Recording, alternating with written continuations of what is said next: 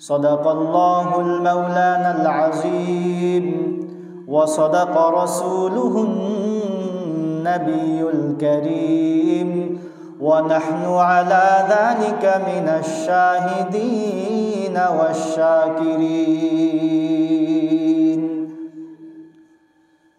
राहे मेरे मस्कन हवाले काबा करे मेरे मदफन दियारे मदीना बलगुल उला बिकमालिही कशफत दुजा बिजमालिही हसनत जमीअ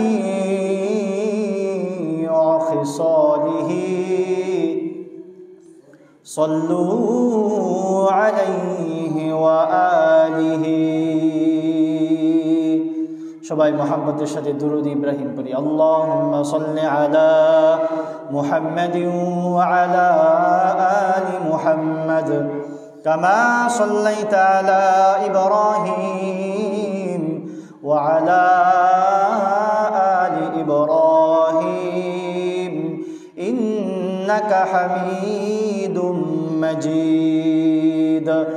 আল্লাহুম্মা বারিক আলা মুহাম্মাদিন ওয়া আলা আলি মুহাম্মাদ কামা বারাকতা আলা ইব্রাহিম ওয়া আলা আলি ইব্রাহিম ইন্নাকা হামিদুম মাজিদ।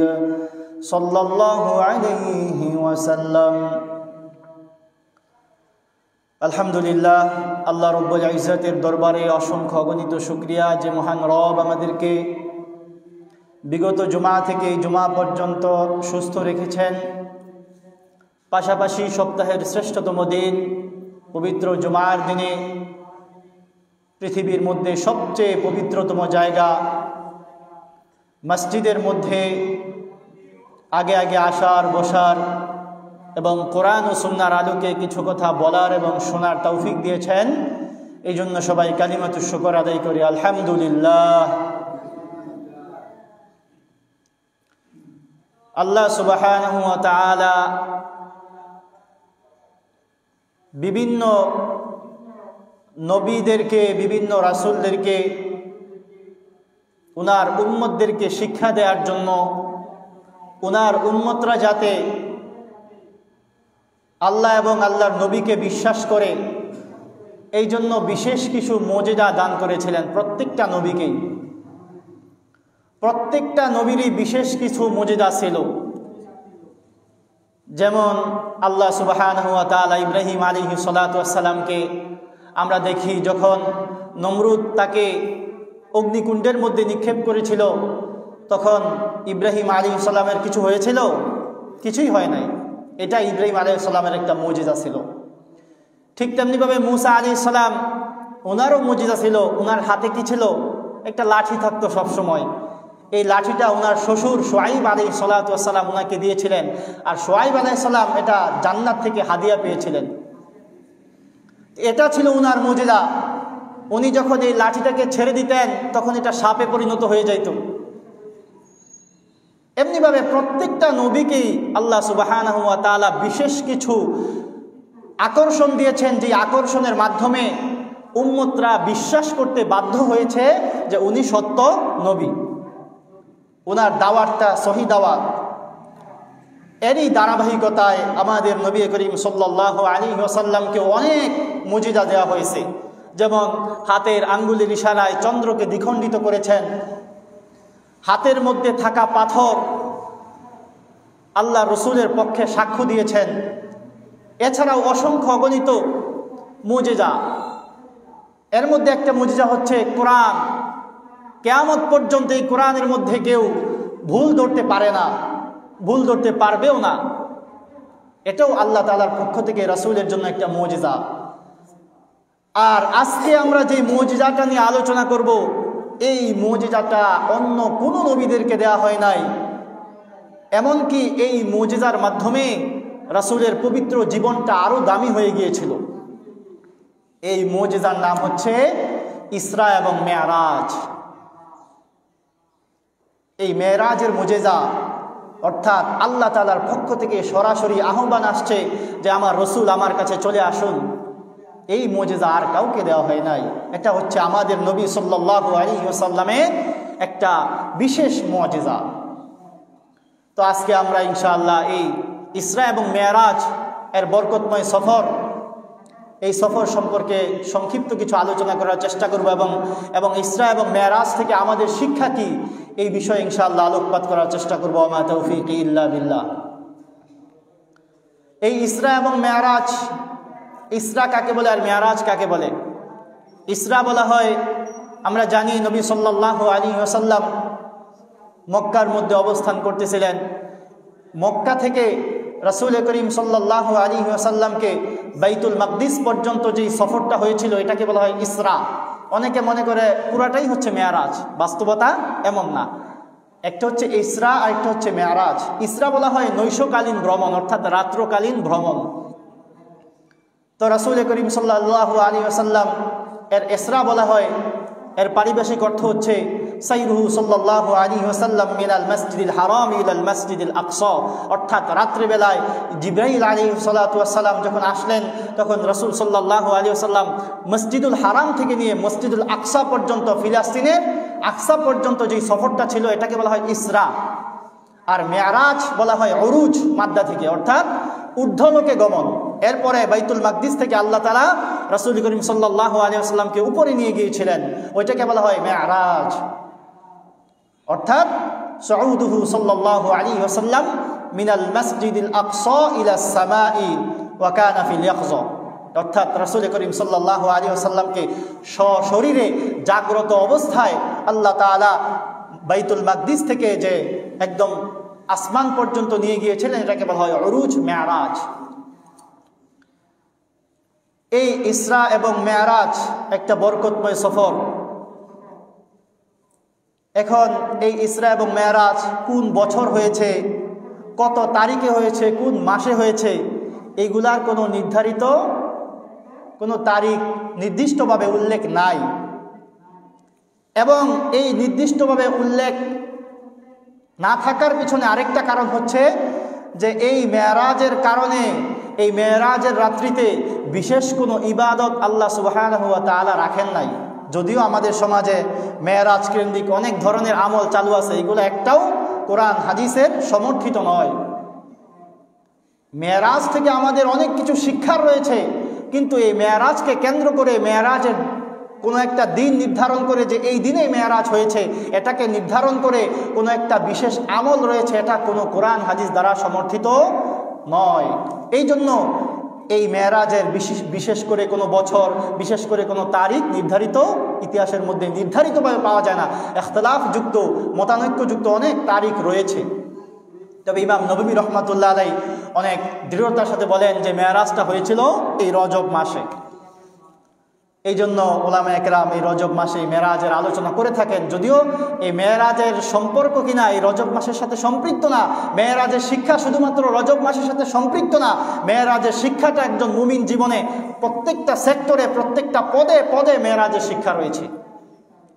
কারণ এই মেরাজের মাধ্যমে আল্লাহ সুবহানাহু ওয়া তাআলা এই উম্মতের জন্য অনেক কিছু নিয়ে এসেছিলেন। এই জন্য আমরা মেরাজকে কোনো তারিখ নির্ধারণ করে আলোচনা করছি না। আমরা জানবো যে এই মেরাজ আল্লাহ রাসূল সাল্লাল্লাহু আলাইহি ওয়াসাল্লামকে আল্লাহ সুবহানাহু ওয়া তাআলা যে এই ঊর্ধ্বলোকে নিয়ে গিয়েছিলেন, নৈশকালীন ভ্রমণ যে আল্লাহ সুবহানাহু ওয়া তাআলা একটা বরকতময় সফর যে করিয়েছিলেন, এর প্রেক্ষাপটটা কি ছিল? অন্য অন্য রাসূলদের কথা এই ধরনের মুজিজা আল্লাহ তাআলা দেন নাই, এই ধরনের নিয়ামত দেন নাই। আল্লাহ রাসূলকে দেওয়ার কারণটা কি ছিল? এর কারণ রাসূল করিম সাল্লাল্লাহু আলাইহি ওয়াসাল্লামের সিরাত যখন আমরা পড়ি তখন দেখা যায় নবী সাল্লাল্লাহু আলাইহি ওয়াসাল্লাম যখন নবুয়ত প্রাপ্ত হইলেন, নবুয়ত প্রাপ্ত হওয়ার পরে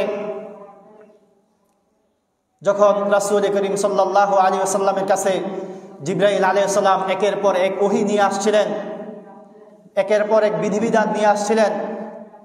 দ্বীনের প্রতি, মানুষকে দাওয়াত দেওয়ার প্রতি, রাসূলের প্রতি যখন নির্দেশ আসলো, আসার পরে রাসূল সাল্লাল্লাহু আলাইহি ওয়াসাল্লাম প্রথমে তার নিজের লোকদেরকে, তারপরে আস্তে আস্তে পরিধি বাড়াতে বাড়াতে মক্কার লোকদেরকে, কুরাইশদেরকে যখন দাওয়াত দিচ্ছিলেন, আমরা জানি রাসূলের জন্য এই দাওয়াতটা সুখময় ছিল না, কণ্ঠকাকীর্ণ পথ ছিল এই রাসূলের দাওয়াতের পথটা।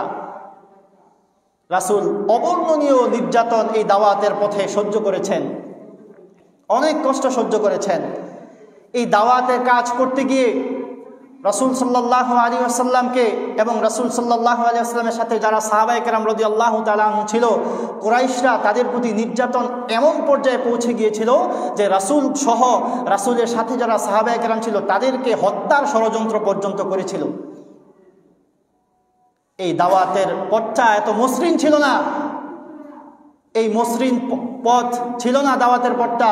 রাসূল সাল্লাল্লাহু আলাইহি ওয়াসাল্লামকে, যদিও তিনি তার নিজের কিছু কাছের মানুষদের আশ্রয় পেয়েছেন, যাদের কারণে বেশি কিছু করতে পারে না রাসূলকে দাওয়াতের ময়দানে থাকার পরেও, এর মধ্যে একজন ছিল রাসূলের আষ্টে পৃষ্ঠে যিনি লেগেছিলেন, তিনি হচ্ছেন রাসূলের প্রিয় চাচা আবু তালিব রাদিয়াল্লাহু তাআলা আনহু হওয়ার সৌভাগ্য হয় নাই।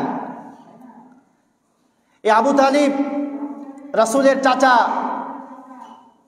যখন রাসূল করিম সাল্লাল্লাহু আলাইহি ওয়াসাল্লামের উপর বহিঃশত্রুর আক্রমণ করত, কুরাইশরা যখন রাসূলের উপর আক্রমণ করার চেষ্টা করত, তখন বাইরের দিকটা সামাল দিত আবু তালিব, রাসূলের চাচা আবু তালিব বাইরের দিকটা সামাল দিত।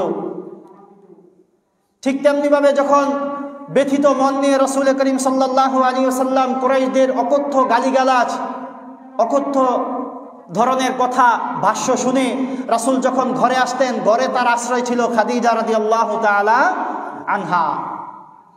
কিন্তু বড় দুঃখ এবং বেদনার বিষয়, নবুয়তের 10ম বছরে রাসূলের প্রিয় চাচা আবু তালিবের ইন্তেকাল হয়ে গেল।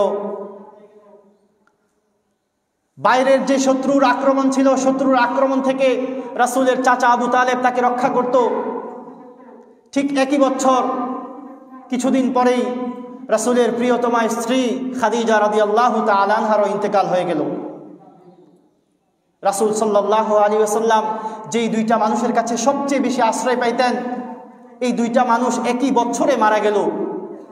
এই জন্য রাসূল সাল্লাল্লাহু আলাইহি ওয়াসাল্লাম এই বছরটা অত্যন্ত দুঃখ বেদনা ভারাক্রান্ত অবস্থায় কাটিয়েছেন। এই বছরটাকে ইতিহাসের পাতায় বলা হয় আমুল হুজুন, অর্থাৎ দুঃখ ভারাক্রান্ত ব্যথা বেদনার বছর। যখন বাইরের দিক থেকে রাসূলের আশ্রয়দাতা কেউ থাকলো না, রাসূলের ঘরের মধ্যেও কেউ সান্ত্বনা দেওয়ার মতো কেউ থাকলো না, তখন কুরাইশদের নির্যাতনটা তখন আরো বেশি পরিমাণে বেড়ে গেল, কারণ বাইরে টেকেল দেওয়ার আর কেউ নাই।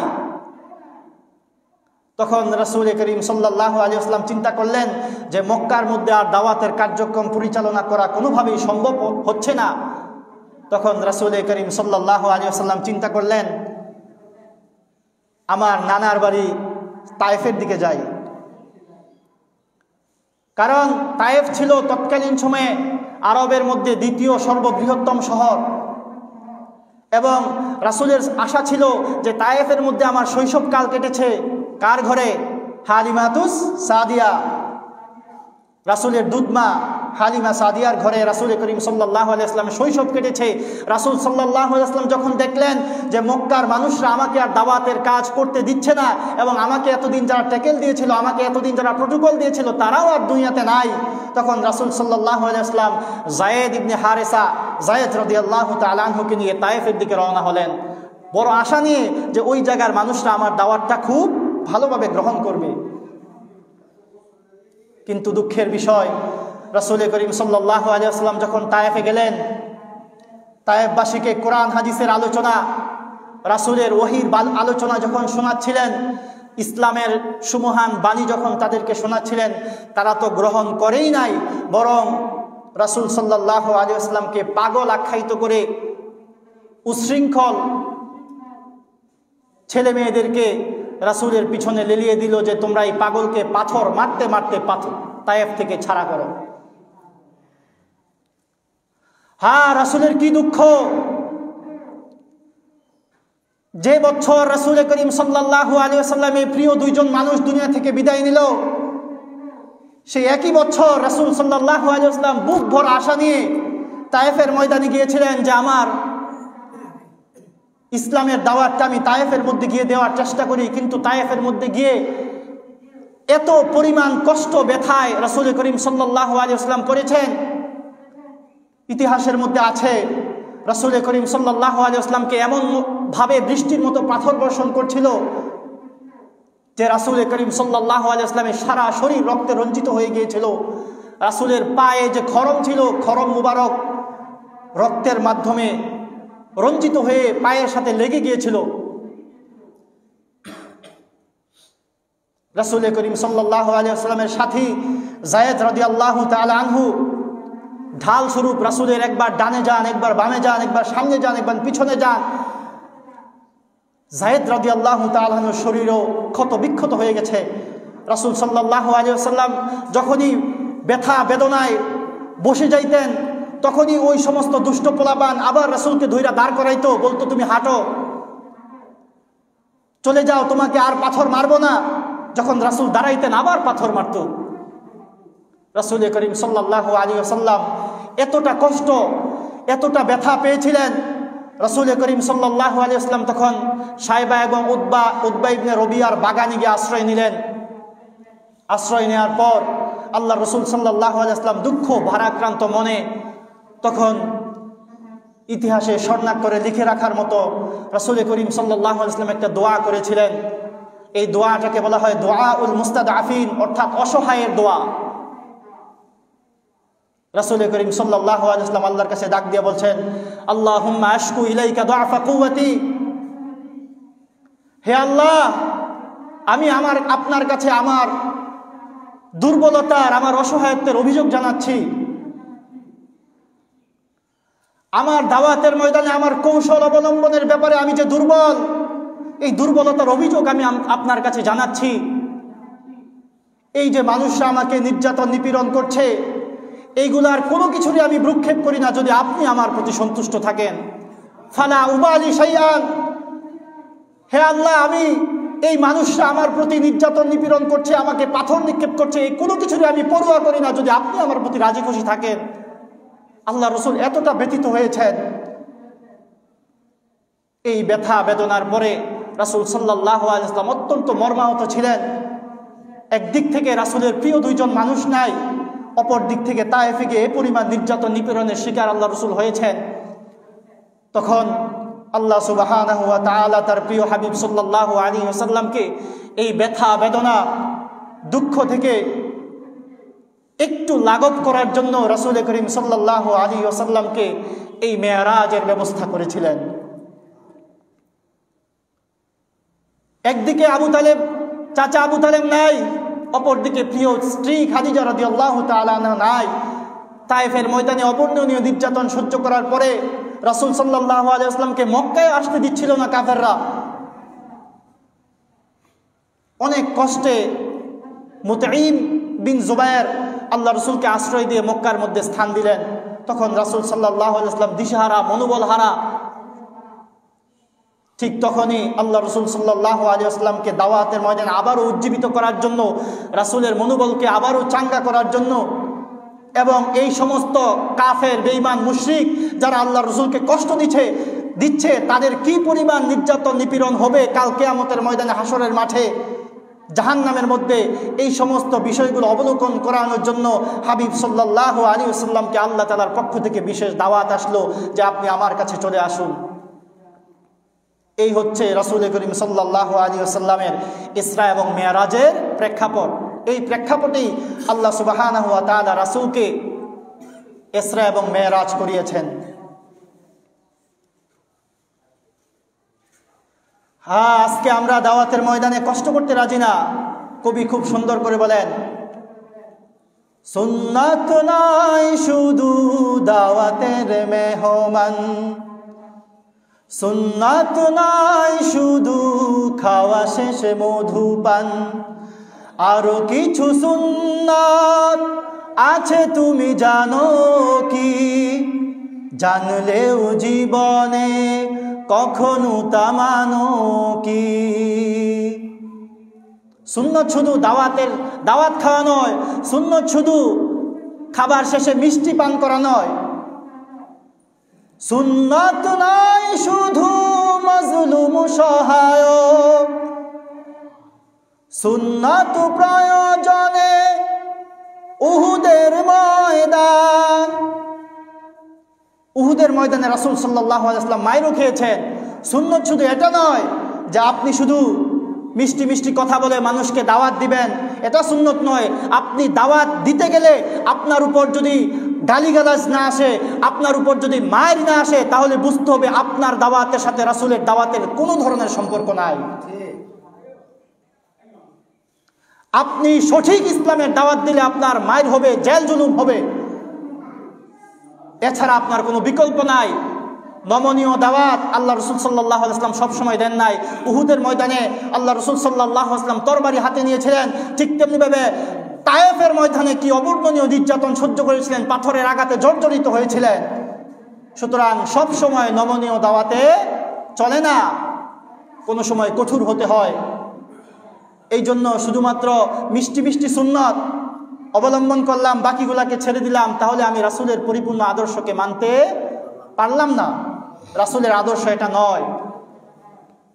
যাই হোক, সেদিকে যাচ্ছি না। রাসূল করিম সাল্লাল্লাহু আলাইহি ওয়াসাল্লামকে আল্লাহ সুবহানাহু ওয়া তাআলা নিজে দাওয়াত দিয়ে রাসূল করিম সাল্লাল্লাহু আলাইহি ওয়াসাল্লামকে মনোবলকে চাঙ্গা করার জন্য আল্লাহ তাআলা তার দিকে ডাকলেন। আল্লাহ তাআলা পবিত্র কালামের মধ্যে বলেন, সুবহানাল্লাযী আসরা বিআবদিহি লাইলাম মিনাল মাসজিদিল হারামি ইলাল মাসজিদিল আকসা। পবিত্র সেই সত্তা যিনি তার প্রিয় বান্দাকে মসজিদুল হারাম থেকে মসজিদুল আকসা পর্যন্ত সফর করিয়েছেন। কোন মসজিদে আকসা? যে মসজিদে আকসা আজকে ইহুদিদের ঘৃণ্য ষড়যন্ত্রের শিকার।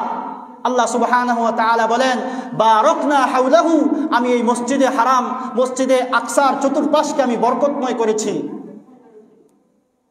আল্লাহ সুবহানাহু ওয়া তাআলা বলেন, কেন আমি রাসূলকে দাওয়াত নিয়েছি, লিনুরিয়াহু মিন আয়াতিনা, আমি আমার নিদর্শনসমূহ জান্নাত জাহান্নামকে দেখানোর জন্য আমি আমার রাসূলকে দাওয়াত দিয়ে নিয়ে এসেছি।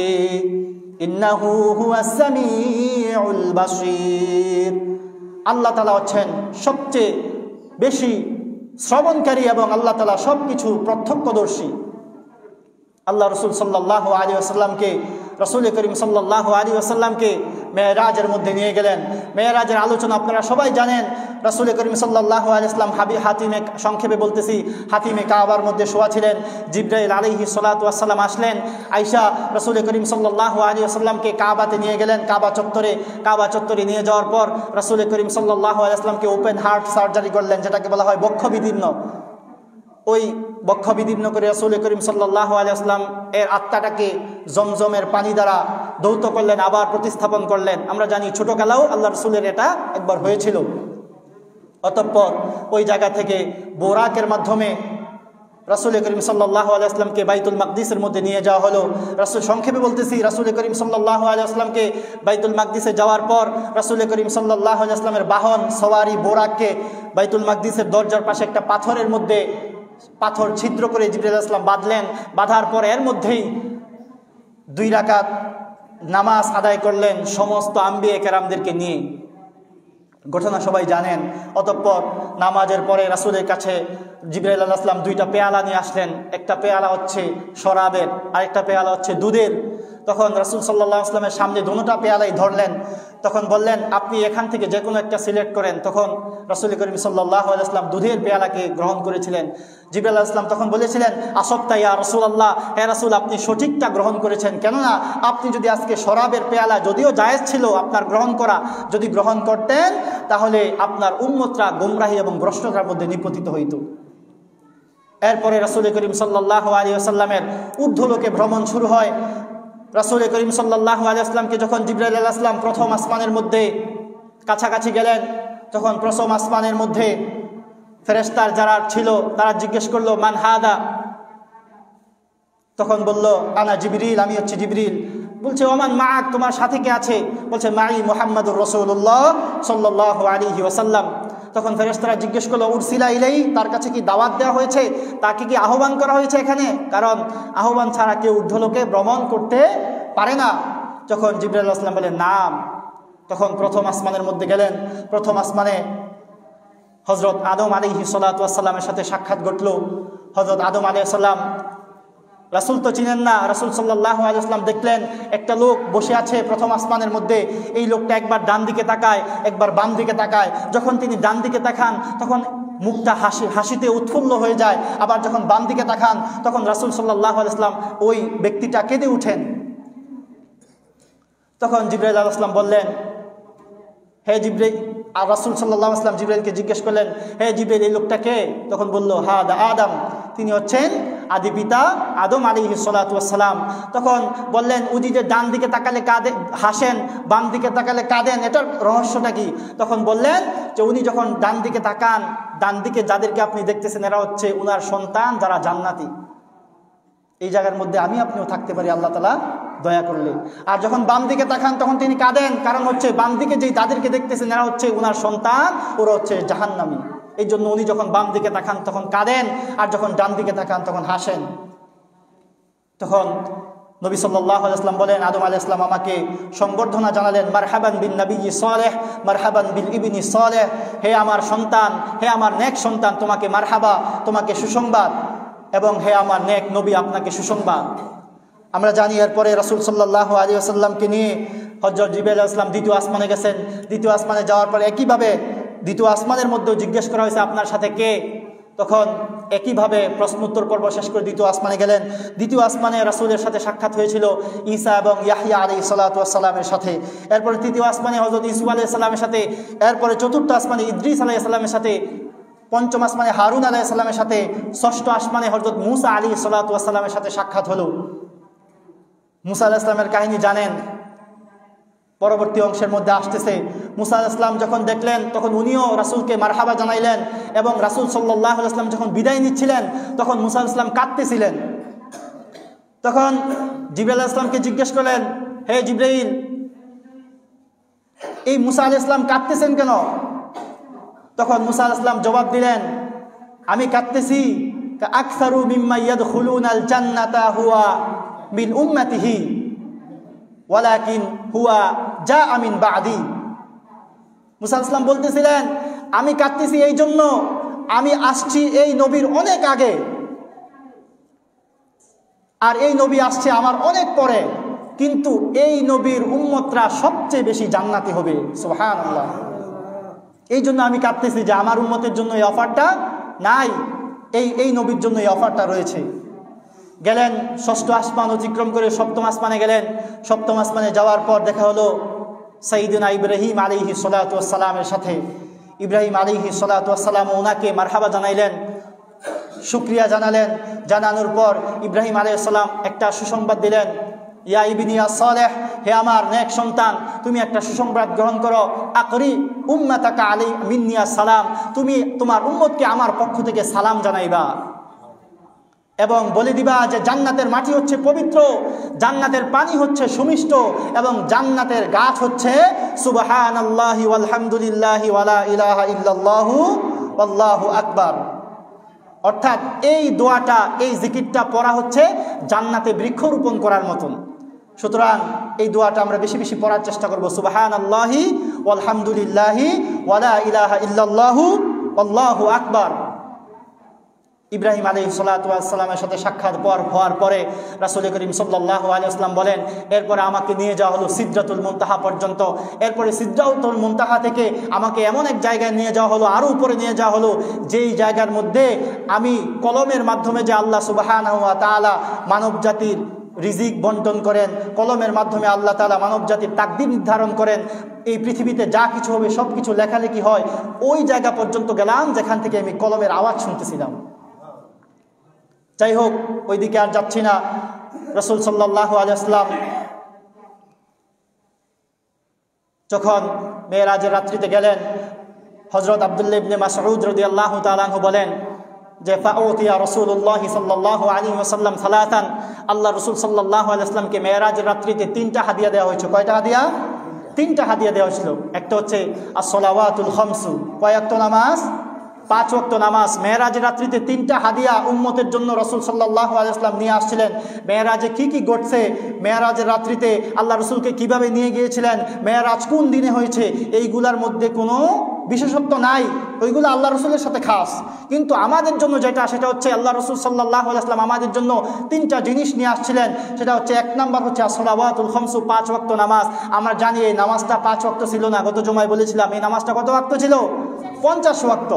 50 ওয়াক্ত নামাজ থেকে আসার পরে মুসা আলাইহিস সালামের সাথে কথোপকথনের মাধ্যমে কমাইতে কমাইতে 5 ওয়াক্তের মধ্যে আসছে। এরপরে আরেকটা জিনিস নিয়ে আসছিলেন আখিরু খাওয়াতিমি সূরাতুল বাকারা, অর্থাৎ রাসূল করিম সাল্লাল্লাহু আলাইহি ওয়াসাল্লামকে এই রাত্রিতেই সরাসরি আল্লাহ সুবহানাহু ওয়া তাআলা সূরা বাকারার শেষ আয়াতগুলো নাযিল করেছিলেন। আমানার রাসূলু বিমা উনজিলা ইলাইহি মির রাব্বিহি ওয়াল মুমিনুন, আয়াতগুলো সূরা বাকারার শেষ যে আয়াতগুলো রয়েছে এই আয়াতটাও আল্লাহ সুবহানাহু ওয়া তাআলা ওই রাত্রিতে দিয়েছিলেন।